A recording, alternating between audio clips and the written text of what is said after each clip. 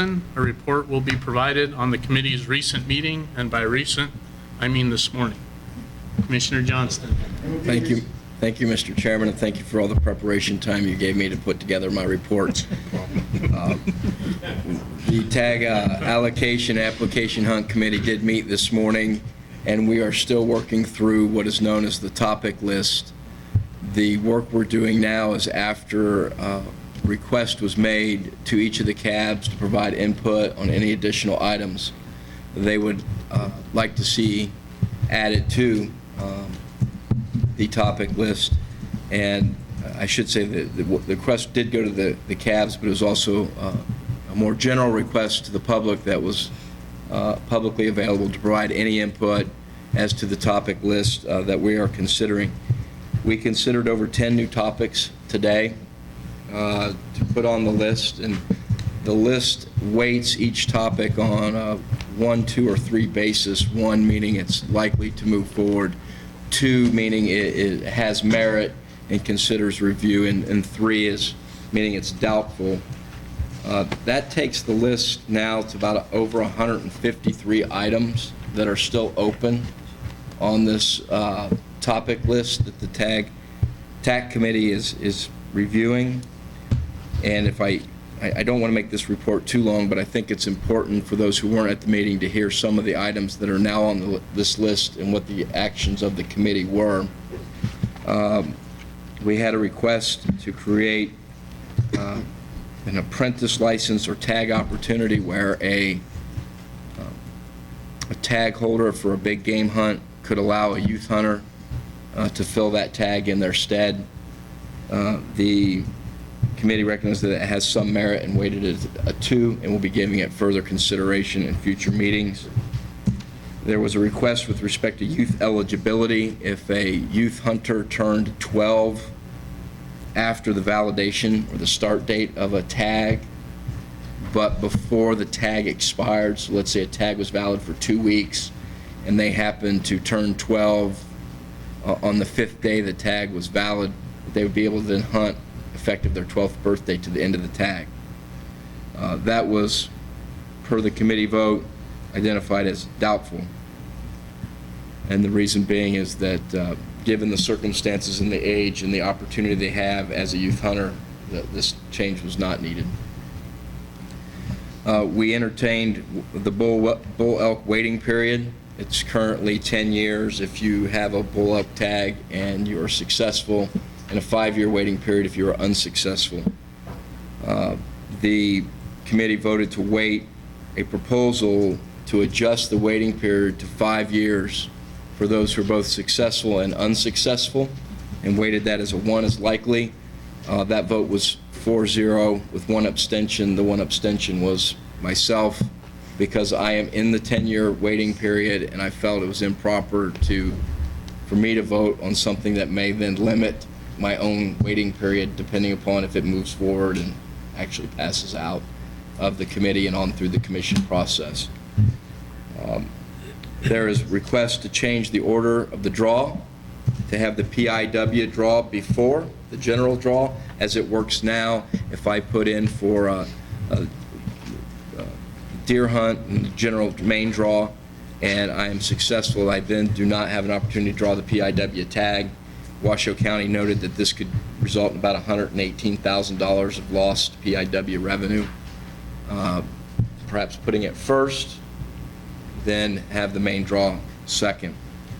That was weighted as a 2 as having merit. There are a number of issues that have been presented to the committee with respect to special tag procedures or tag opportunities for members of the military and retired members of the military.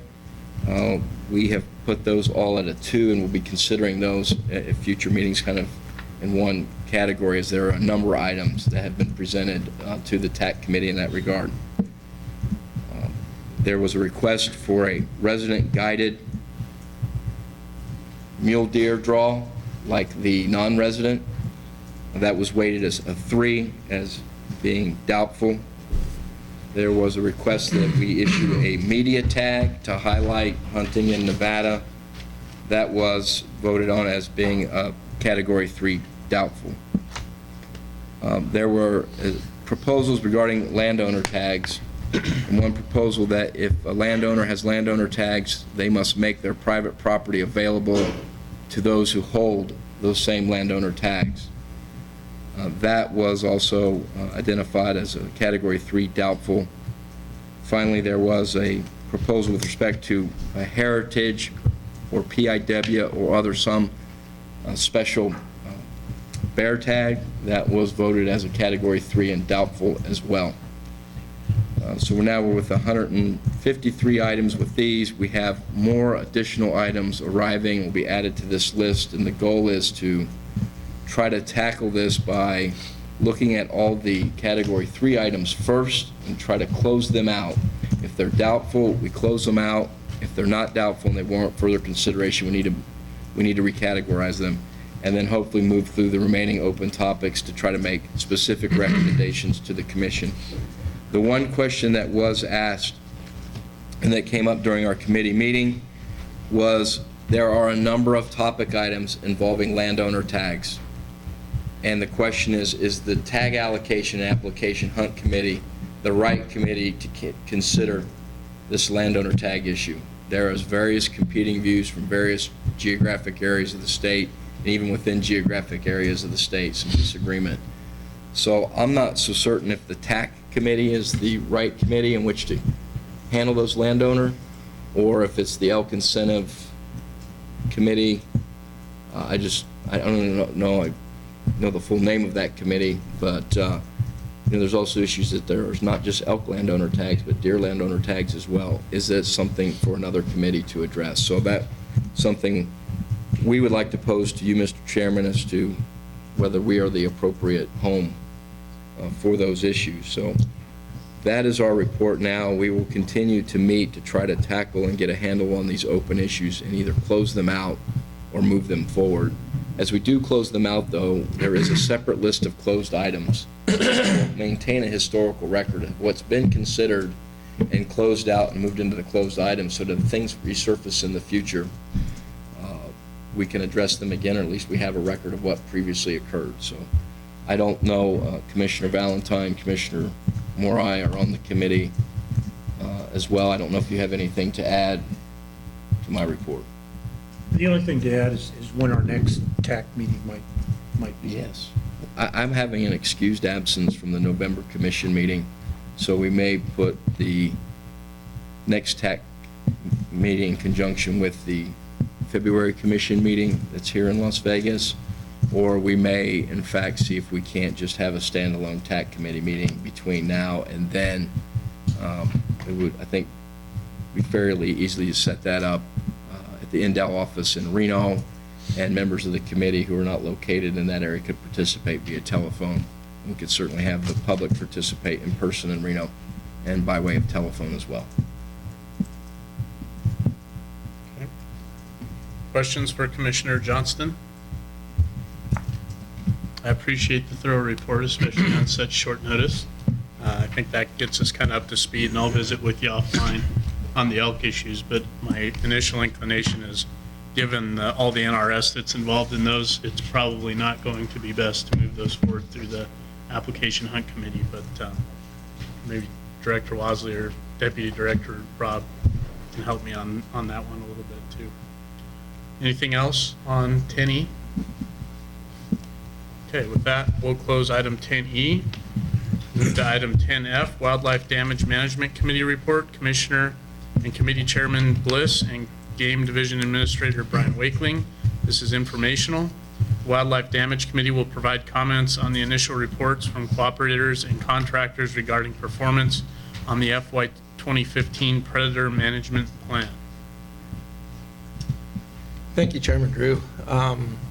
We held a Wildlife Damage Management Committee meeting last night at 6 o'clock at the Andau office. Mr. Wakeling gave us some initial reports on the FY 2015 Predator projects that have been done and ongoing. The reports were based on some real raw data that the contractors who were working on those projects had provided back to the department. And in some of those, on some of the projects, such as Wildlife Services Raven projects, they had the number of ravens that were treated in certain areas around lakes and nesting locations. They had the number of lions that had been removed around the sheep areas that were in close proximity to the sheep, and thought that, you know, the sheep were some type of a factor in that population to grow. But with the information is pretty new. The department, in my opinion, really hasn't had the adequate amount of time to really put a detailed report together, and basically how the policy reads is they did exactly what the policy states, and that's just to give the raw data of what they've collected so far at this point. And so what the next step is according to policy 23, that the department will put together a more detailed report and fill in all the blanks and all the questions that we all have on, you know, where, what's, whys, if this project shall be recommended for the future, you know, in the future, to go forward. And so we're looking forward to the November meeting. That the policy says the last commission meeting of the year, which will be this November, and the department at that time will have a detailed report, and they will present that to the commission. And I think once that's presented to the commission, it'll in that form, it will answer a lot of questions that folks might have. It'll give the committee a good idea on when we go into the next year's projects, where if some of the projects are warranted to go forward, if some of the parts of the projects, like the Wahi Air coyote den location stuff, we found that, or they had found that wasn't quite as successful as they had anticipated.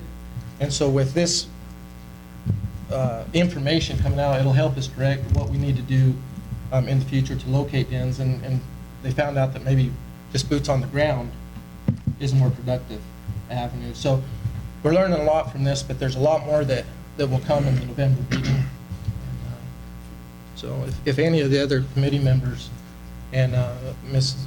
Lane is part of the committee as a public representation last night, if anyone has anything to add, or had any other questions for Mr. Wakeling, they're more than welcome to add to this report. Mr. Wakeling, come on up. Mr. Chairman, members of the commission, the only other thing that I would add, and the committee is well aware of this, but just for the benefit of a lot of people in the public who recognize that there was legislation involved that was adopted last year that deals with the proportion of dollars that have to be spent on lethal removal, does not apply to the activities that occurred under this plan. And so ultimately, when the final report comes out, we will report on how those expenditures work, but it is not, it's the work that we're currently conducting now and from this point forward that's dictated by that. Great, good clarification. Questions for Mr. Wakeling or Commissioner Bliss?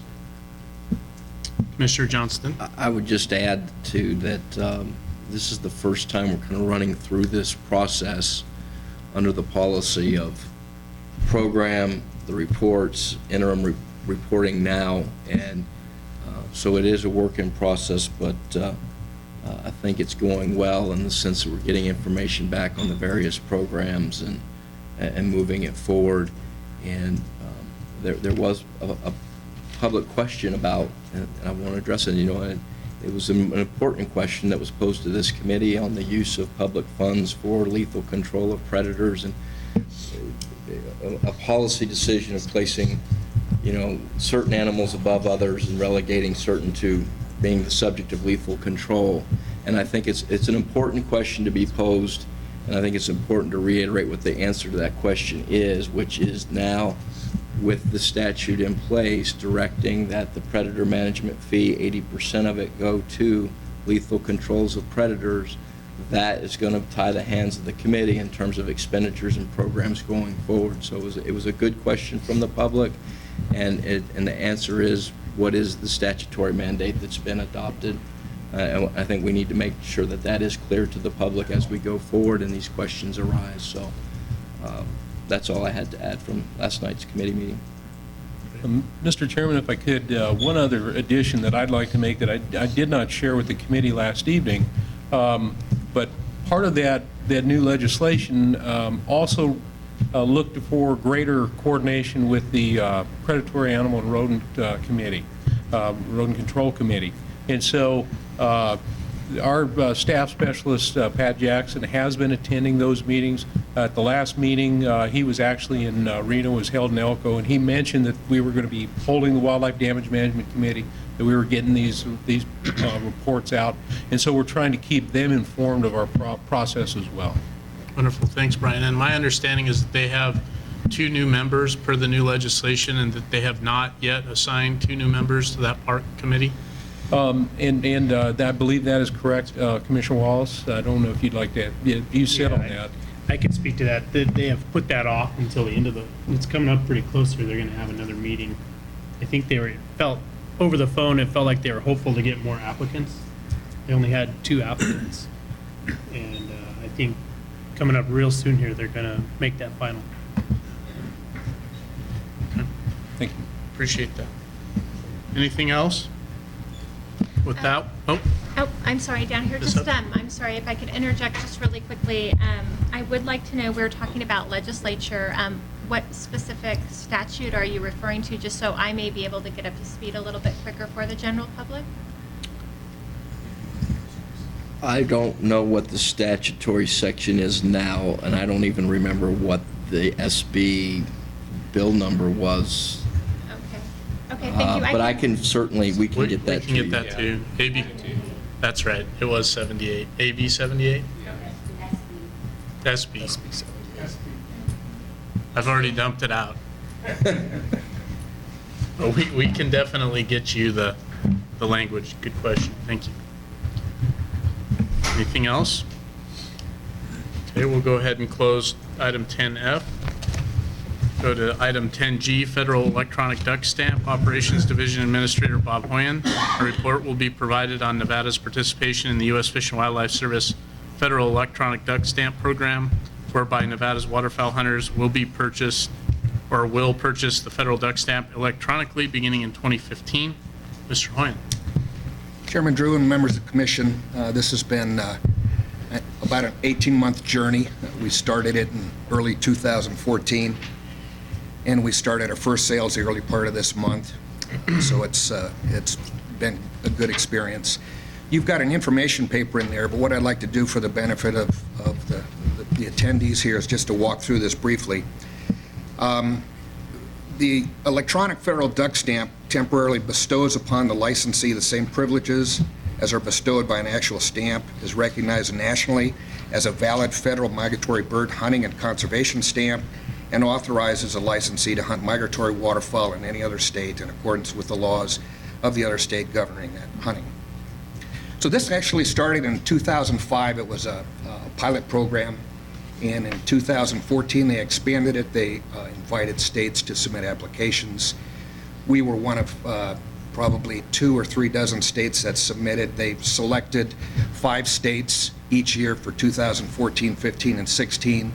We told them that if accepted, we could play in 15 because we had to make a minor statutory change.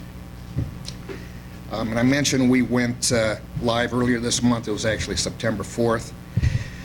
So where do folks purchase the stamp? A number of places. I think most people know we have 7 regional offices. You can purchase it at our customer service counters. We have a consumer website. That's ndowlicensing.com. The vast majority of our license agents use our point-of-sale system. That's the electronic system. That's the requirement, a key requirement through this whole process that made us eligible to participate And then through Systems Consultant, you could also make a phone call and purchase the electronic stamp. The physical stamp will no longer get. In participation of this program, we used to get, we'd order a certain quantity each year of the physical stamp, and then at the end of the year, we'd turn in the remaining stamps. So in participation of this program, we no longer have those stamps. And what we didn't fully realize, and we discovered this through this process, there's about 20 license agents that on their own have reached out to the U.S. Fish and Wildlife Service in the past and said, you know, we want to buy the physical stamp for our constituents, and they no longer have access to the stamp. So really the stamps, besides through this electronic process, are available through most post offices. So how does it work? I mean, most folks it's like any other stamp privilege. You buy your license, you buy a stamp, and now you can buy the federal stamp. It's a 45-day privilege. It prints the date, the expiration date on it, and during that 45 days, Amplex, which is the U.S. Fish and Wildlife Service's vendor for providing those stamps, they will mail the stamps. We provide the data, the sales data, to Amplex, and in 45 days, they're obligated to get the stamp in. And then afterwards, that stamp, the privilege on your license expires, but you're to have the stamp in your possession. I bought the stamp, and from the time we transmitted the data to Amplex, I received the stamp in my mail in 8 days. Like I said, after the expiration on the license, once it expires, you're to have the physical stamp in your possession and use it just like you've done in the past with a physical stamp. You may have seen, and I put it on the front of that information paper, this year's stamp. Earlier this year, the end of last year, Congress changed the price and was signed into law, so it went from $15 to $25.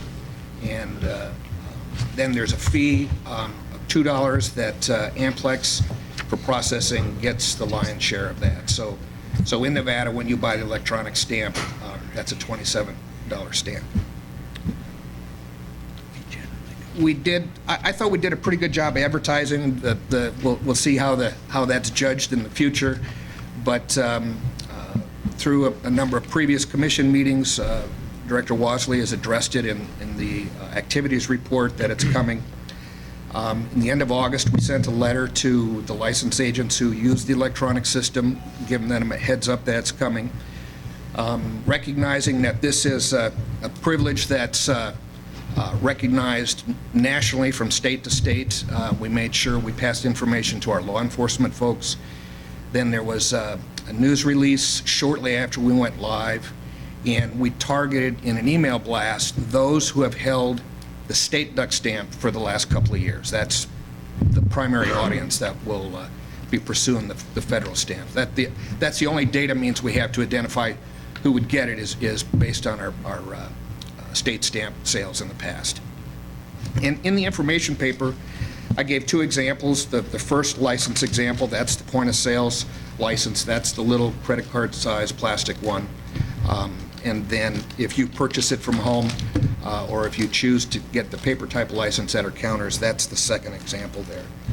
And I asked Don to give me a report real quick this morning. As of close of business yesterday, we've sold 362 stamps. This is the slow period. Obviously, this is going to ramp up. We'll start to see October, November bigger sales.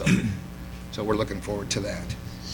And the last item I have on there, I just identified all the other states that are playing. So we're now part of 17. Next year, there'll be 5 more, and who knows where it goes after that. Just before we open it up, I had one question for you, Mr. Hoyen, and that was, I think one of the advisory boards had questioned the 45-day expiration period. And I understand, that you get the physical stamp and basically use it like we always have. But is that a federal requirement, or was that something that was on our end? No, that is part of the program. That's what's identified nationally for this program.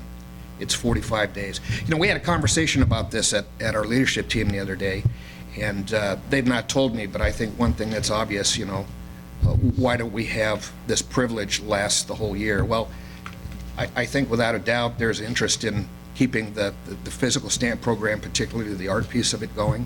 So I think that's why. Will it change in the future? I don't know, but I'm convinced that's a main reason why you still have to have the physical stamp. That was my recollection. I just wanted to make sure it was accurate. Additional questions for Mr. Hoyen? All right, thank you. If I can say one more thing, there was quite a load of work involved in this, so even though we're addressing a small group of people, but I want to thank our license office, particularly Paula Lannon. She's our business process analyst. She's our liaison between our license activity, our boat activity with Don Sefton's crew. So a special thanks to Don Sefton's crew as well.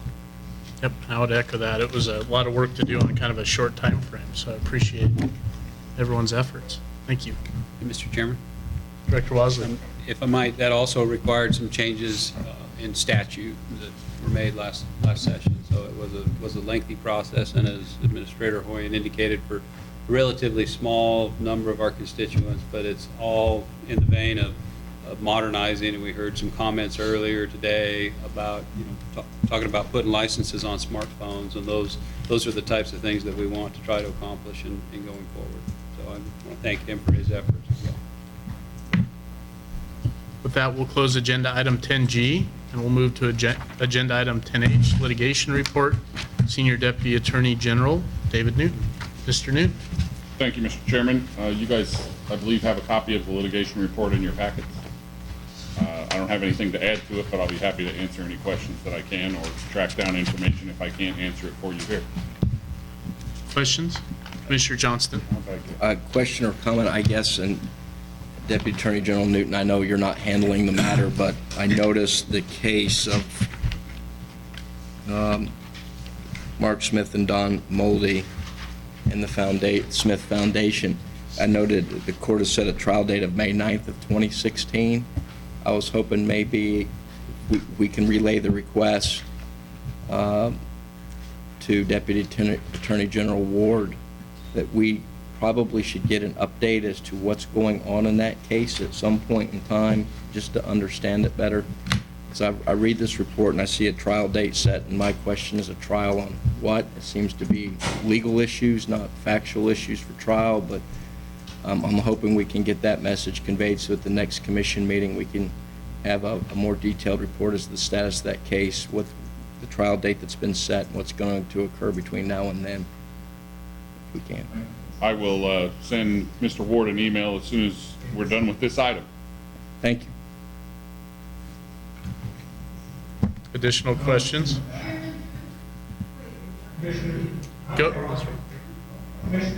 Go ahead. Just give you a brief update. Yes, we do have a trial date set. It is our position that this is a mandamus. It's not a true civil action. So the court has gone ahead with the local claims, setting a trial and that nature. I'll get into more detail, but it's a tentative date for some sort of a hearing or a trial on that. Once again, like I said, this is a mandamus. I'd like to give you more of an update in detail. I believe I did send everyone on the commission copies of all of our initial disclosures, including witnesses, as well as close to 160 or 80 documents. Hopefully, you guys got that during the week. Okay. I'm available for any questions, and likewise, you can talk with the office. Additional questions for Mr. Ward? Okay, seeing none. Anything for Mr. Newton?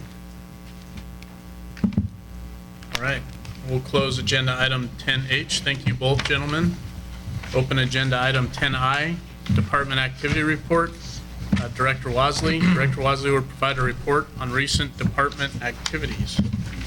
Tony. Thank you, Mr. Chairman. First thing I'd like to do is update the commission and the cabs present on some personnel changes. You may notice that Deputy Director Cates is not here today. He was selected to lead the State Department of Administration as director, and he's taken his post there. We filled his position from within the department, and we promoted Liz O'Brien, who is our ASO 3, over the financial division, financial services. We've since backfilled her position with our federal aid grants coordinator, Gabe Pincolini, and presently have his position announced. So Certainly miss Patrick, but we're fortunate in that we had a good line with the deep bench that have subsequently all stepped up. So Liz we basically, Patrick's last day was on a Friday, and Liz assumed the duties on the following Monday. So should be relatively seamless, besides the fact that Liz will be trying to do 2 jobs for a period of time. Liz is present in Reno. She just couldn't make it down with the short timing between her being awarded the job and this commission meeting coming up. We just couldn't make it available for her to be down here. So she is attending in Reno. Hi, Liz. And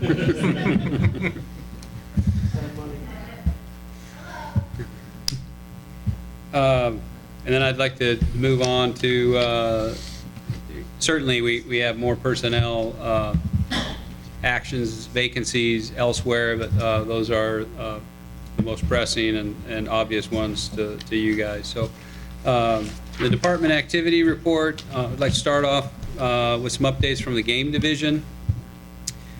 As in most summers, human-wildlife conflicts increased this summer. Reduced availability of food resources in the wild during drought periods, coupled with intentionally or inadvertently available food sources associated with human habitations, increases the likelihood for unwanted encounters between humans and wildlife. Regardless of the species involved, the unwanted encounter almost always begin through uninformed or misguided humans providing a food subsidy for wildlife. Bears are typically involved in the highest profile conflicts. As of September 21st, 5 bears had been humanely euthanized after exhibiting unacceptable behavior as defined in policy. For example, entering a human occupied habitation. The most recent bear mortality occurred on September 21st following bear detection on a golf course when a county sheriff indicated the bear posed a public safety risk. We attempted to tranquilize the bear. The bear subsequently ran a few hundred yards, jumped into a pond on the golf course, and unfortunately drowned after it succumbed to the sedatives. Earlier this summer, 2 other bears died inadvertently during some research activities. Although 8 bears have died as a result of research and humane euthanasia, 16 others have died as a result of traffic collisions. Conflicts with coyotes have increased this summer. In one instance, in late July, coyotes were taking food proffered by humans near the USA Parkway in Reno. Coyotes have become habituated to humans and conditioned to receiving food for them. An individual was bitten on the shoe when a coyote was attempting to take food from his foot.